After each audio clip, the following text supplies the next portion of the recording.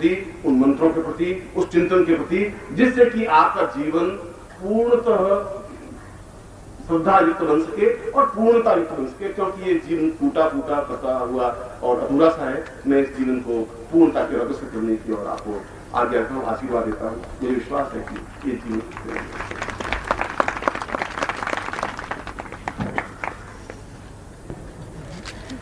सिद्धाश्रम साधक परिवार के सदस्य के रूप में हम लोगों ने मेयर साहब को बेस लगा दिया है और इस तरीके से वो भी हमारे इस आध्यात्मिक उसके एक सदस्य बन गए हैं और उनसे हमको पूरा सहयोग अपने धर्म के प्रचार प्रसार के लिए मिलता रहेगा। ये इसके साथ में उनका आभार प्रदर्शन करता हूँ कि उन्होंने यहाँ पढ़ार करके और हम लोगों के उत्साह को बढ़ाया, साथियों के उत्साह को बढ़ाया और पूज्य गुरुदेव के आशीर्वाद को उन्होंने प्राप्त किया। ये हिंदुत्व की विजय है, तो उनकी विजय, इसी हिंदुत्व की विजय का हम प्रतीक मानते हैं। तो लोगों में धर्म के प्रति आस्था बढ़ रही है और ये सब सामने उत्तम ही कार्य हमको समझ में आ रहा है और इसके साथ में धन्यवाद है।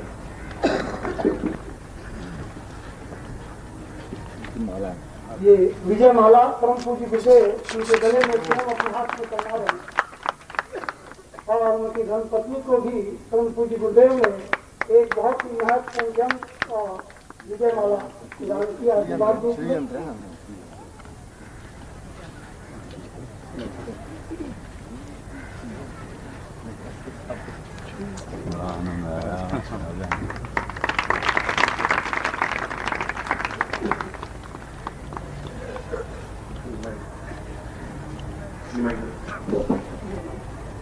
माताओं, बहनों, आज बंबई शहर का एक बड़ा भाग्य का दिन है कि हमें परम पूज्य गुरु जी के दर्शन हुए। उनके साथ माता जी भी आई और आप सबको उनके दर्शन का लाभ हुआ।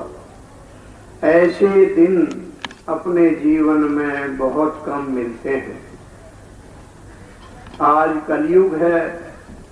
अपना हिंदू धर्म जो सर्वश्रेष्ठ धर्म था, जिसकी मर्यादा हजारों साल की है, जो सारे संसार का गुरु था, आज अपनी दुर्दशा में है। जैसा भी परम पूज्य गुरु जी ने बताया कि हालत यहाँ तक हो गई है कि हम अपने को हिंदू कहते हुए शर्माते हैं।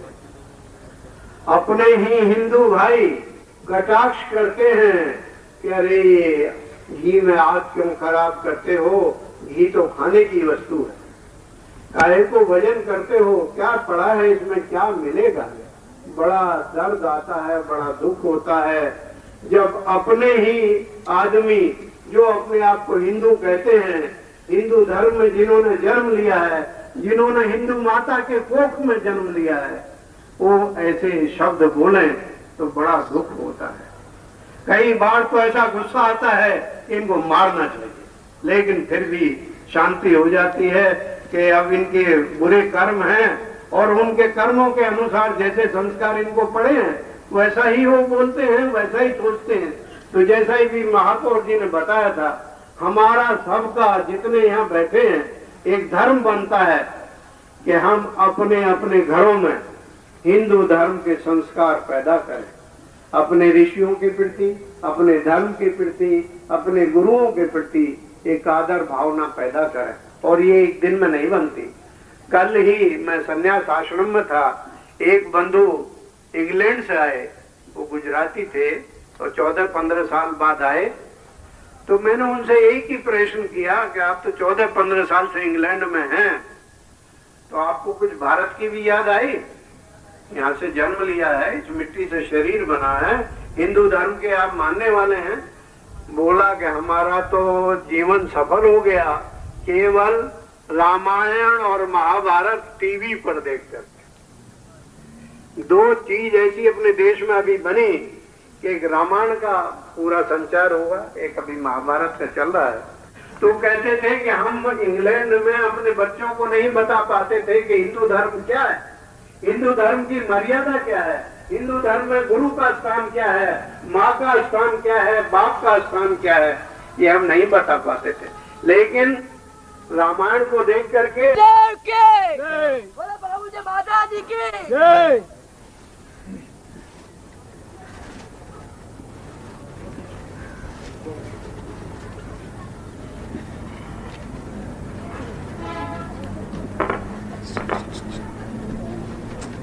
साइड साइड अरे साइड प्लीज समझ करो आइए जाने दो ये बैठ हैं सभी साधक भाई बहन।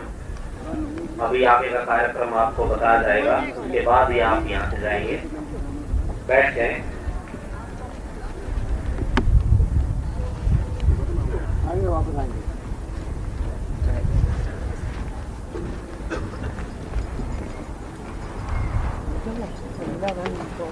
बोलो परम पूज्य गुरुदेव। ये लकड़ी में काम प्रॉब्लम है।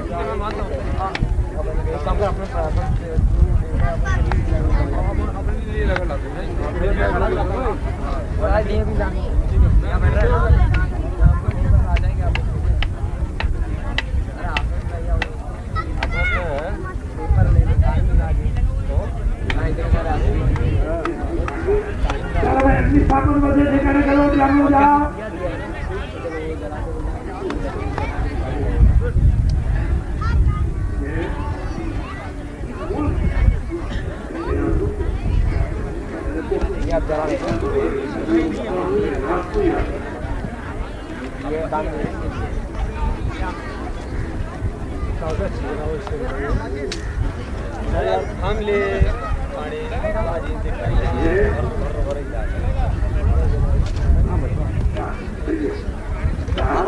पकड़े वो वैसे मोड़ तो देखा हवा बाटे थाम ले लकड़ी ये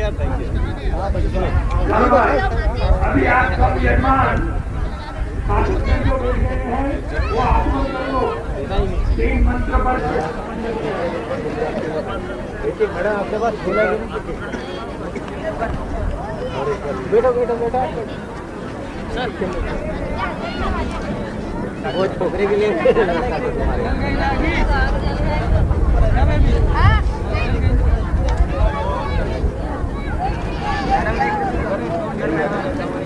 बैग जाने वाले हो सर, वे ले नहीं सकते।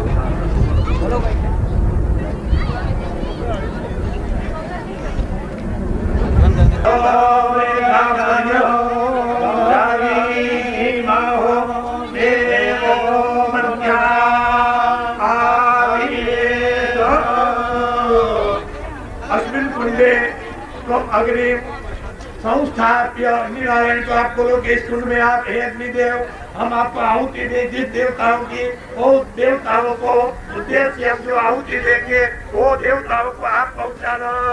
इसीलिए अग्निदेव आप सांडिल्य गोत्र में उत्पन्न हुए हैं। सांडिल्य गोत्र असित देवलेती त्रिपुरान्वितः उमिर माता वरुणिका ये संपदा मम प्राण मुखो भव अग्नये नमः। अग्नि नारायण के कुंड के ऊपर एक पुष्प रख दीजिए।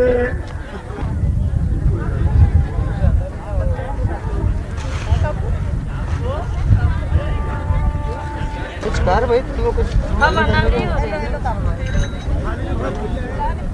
नाम लेते हैं। ओम भूर्भुवः स्वाहा शिवाय नमः। ओम भूर्भुवः स्वाहा तत्पुरुषाय नमः। सभी भाई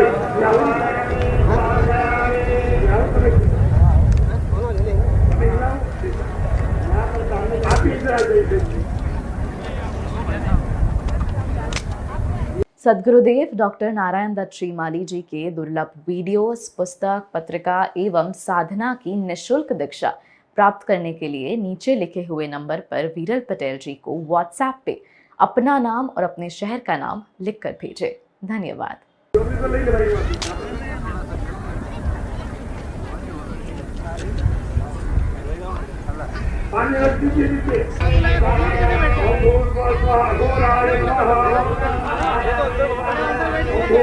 रुद्राय नमः।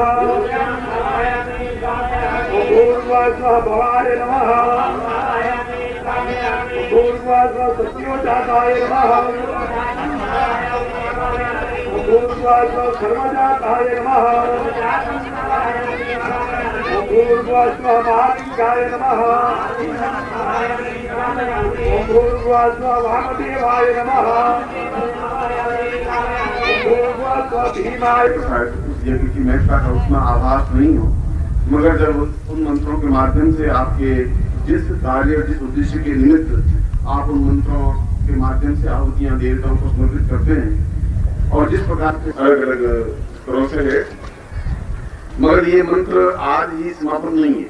इन मंत्रों का क्रम कल भी चालू रहेगा और जो मैं आज आहुतियां दिलाऊंगा उन मंत्रों का कल 4 प्रकार से उन्हीं मंत्रों के माध्यम से आहुतियां प्रदान की जाएंगी। इसलिए कल का दिन आपके लिए अत्यधिक महत्वपूर्ण है, कुछ विशेष सामग्री के साथ, कुछ विशेष क्रियाओं के साथ और कुछ विशेष प्रयोग के साथ। इसलिए मैं आज आपके सामने उपस्थित होने की तो शाम को मुझे आवश्यकता थी प्रवचन के समय, मगर फिर भी आपके आयोजकों ने निर्णय लिया कि कुछ विशेष मंत्रों के माध्यम से आहुतियां प्रदान करवाई जाए, जिससे कि आपके जीवन का जो उद्देश्य और जो लक्ष्य है उस उद्देश्य और लक्ष्य की पूर्ति हो सके और श्रेष्ठ मंत्रों के माध्यम से आप अपनी देव को देवताओं के लिए अपनी आहुति हव्य समर्पित कर सकें। मैं आहुतियां आपको दिला रहा हूँ, आप अपने स्वाहा शब्द के माध्यम से उसका उच्चारण करते हुए उनको आहुतियां दें। जो भी इधर खड़े हों, वे भी अगर आहुतियां देना चाहें, कुंड पर बैठना चाहें तो कुंड पर बैठें और आहुतियां दें।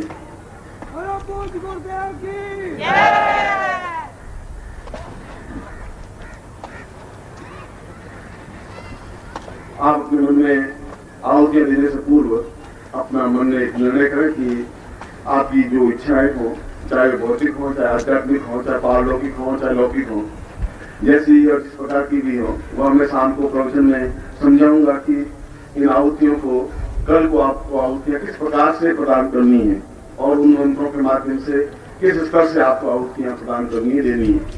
आज तो मैं आपको अपनी ये कि आप अपने मन में उन भावनाओं को, इच्छाओं को लें, चिंतन को लें, उस अग्निदेव के सामने विचार करें कि मुझे इन मंत्रों के माध्यम से हमारी ये इच्छाएं पूर्ण हो, ये चिंतन हमारे पूर्ण हो और शीघ्र की शीघ्र सफलता मिले। बाद उसका चिंतन अर्थ मिले तो फिर वो आहुतियां देना और दिलाना दोनों व्यर्थ नहीं। इसमें तो और पंडित वर्ग भी वही आहुतियां उसी मंत्रों के साथ आहुतियां दे रहे हैं, जिससे कि आपको तत्काल उसका रिजल्ट और अनुकूलता प्राप्त हो सके।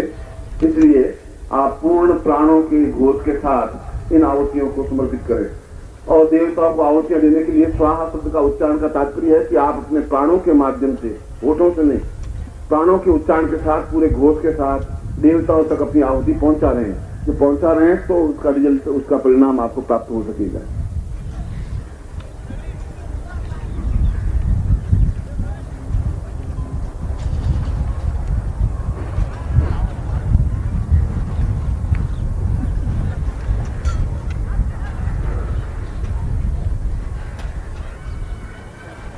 सबसे पहले आप अपना गोत्र और अपना नाम स्मरण करें कि आप अमुक गोत्र के हैं, और यदि किसी को अपना गोत्र स्मरण नहीं हो तो अपना भारद्वाज गोत्र का उच्चारण करें, और यदि गोत्र स्मरण है तो अपने गोत्र का स्मरण करें, अपने नाम का स्मरण करें और ये स्मरण करें कि मैं बंबोई में उस विशेष यज्ञ में एक होता के रूप में, यजमान के रूप में भाग ले रहा हूँ। और फिर यह भी स्मरण करें कि मैं इस प्रकार के कार्य के लिए, इस प्रकार की इच्छाओं की पूर्ति के लिए तत्क्षण उसका अनुकूल परिणाम प्राप्त हो, उसके लिए मैं ये आहुतियां प्रदान कर रहा हूँ। ऐसा चिंतन मन में करके फिर इन आहुतियों को आपको प्रदान करना है। मैं मंत्रों का उच्चारण करूंगा और उसके बाद आप, जब मैं स्वाहा बोलूं तब आप पूर्ण घोष के साथ स्वाहा शब्द का उच्चारण करते हुए गणपति को प्रसन्न करने के लिए, रिद्धि सिद्धि युक्त अपने जीवन में उनकी श्रेष्ठता और लाभ की प्राप्ति के लिए, जिससे कि वे हमारे घर में, हमारे जीवन में, हमारे प्राणों में रिद्धि सिद्धि युक्त स्थापित हों और हमारे जीवन में सभी प्रकार की पूर्णता प्राप्त हो, मैं उस मंत्र से आपको आहुति प्रदान करवा रहा हूँ। मगर इस बात का है कि आप स्वयं आहुति प्रदान करें स्वाहा शब्द के साथ। मैं तो मंत्र बोलूंगा, पंडित लोग तो केवल मंत्र बोल सकते हैं, आहुति प्रदान आपको करना है। और आहुति आप तब लेंगे देवता जब आप स्वाहा शब्द का उच्चारण घोष के साथ करके उनको समर्पित करेंगे, भावनाओं के साथ, पूर्ण श्रद्धा के साथ।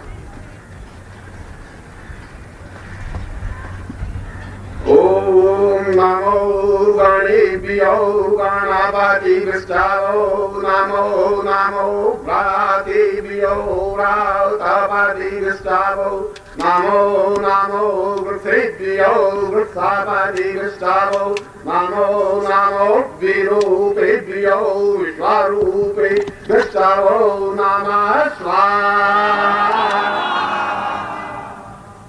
आप बैठे हैं और आपके होठों से निकले हुए आवाज से देवता को आहुति ग्रहण नहीं कर सकते। इस प्रकार के उच्चारण से या तो आपको शर्म आती है तो मैं नहीं कह सकता, अगर आपका उच्चारण तो मुझसे तो ज्यादा तेज होना चाहिए। उसमें मैंने कहा प्राणों से आपकी आहुति जानी चाहिए, होठों से नहीं। इसलिए इसमें शर्म की कहीं संकोच नहीं है। आपका आवाज पहुंचनी चाहिए फिर चौपाटी तक, तब तो कुछ आपने आहुति दी। देवताओं तक आप आवाज पहुंचाने की कोशिश कर रहे हैं, आपको आसान नहीं है। दूसरी में आहुति आपको दिखा रहा हूं यजुर्वेद के उस मंत्र के माध्यम से जिसके लिए आपके जीवन में भौतिक दृष्टि से पूर्णता प्राप्त हो सके, खासतौर से अपने जीवन की पूर्ण आयु प्राप्त हो सके। उस आयु प्राप्ति के लिए कि व्यक्ति, हम जैसे ब्राह्मण आशीर्वाद देते सदायु हो, आप अपने पूर्ण जीवन को, अपनी पूर्ण आयु को प्राप्त कर सके, उस मंत्र के माध्यम से मैं आहुति प्रदान कर रहा हूँ। और जब मैं श्वास का बोलूँ, आप पूर्ण श्रद्धा के साथ अपने जीव को उस आहुति के माध्यम से कामना करें कि आपके और आपके परिवार की पूर्ण आयु प्राप्त हो। ओम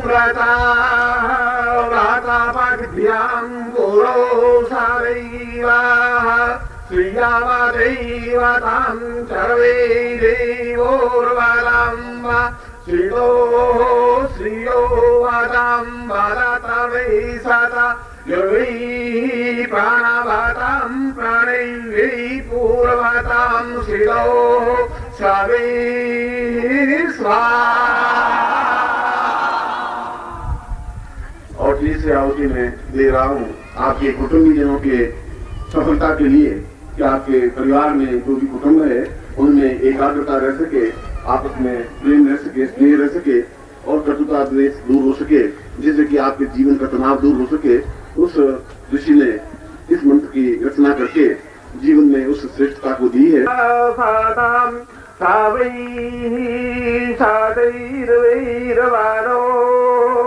प्राणाम प्राणावघ्रों श्रीदैर्घौयाताम्बा प्राणावत्यै सामां भ्रातश्चैवैरवतो स्वाहा। चौथी आहुति में आपको जीवन के भूमि सुख और भवन सुख के लिए, जिससे कि अगर अष्टलक्ष्मी को हम देखें तो नमधा निमधरा हरिंदम कीर्ति आयु। ओम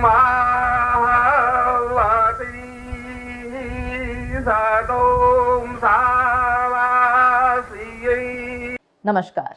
अगर आप सद्गुरुदेव डॉक्टर नारायण दत्त श्रीमाली जी के दीक्षित हैं या फिर आपके पास उनसे जुड़े हुए कोई भी अनुभव है तो नीचे दिए गए हुए नंबर पर वीरल पटेल जी को मैसेज कीजिए या फिर फ़ोन कॉल कीजिए और अपने अनुभव ज़रूर शेयर कीजिए। डॉक्टर नारायण दत्त श्रीमाली जी के आत्मकथा का संकलन करने में मदद करें। धन्यवाद।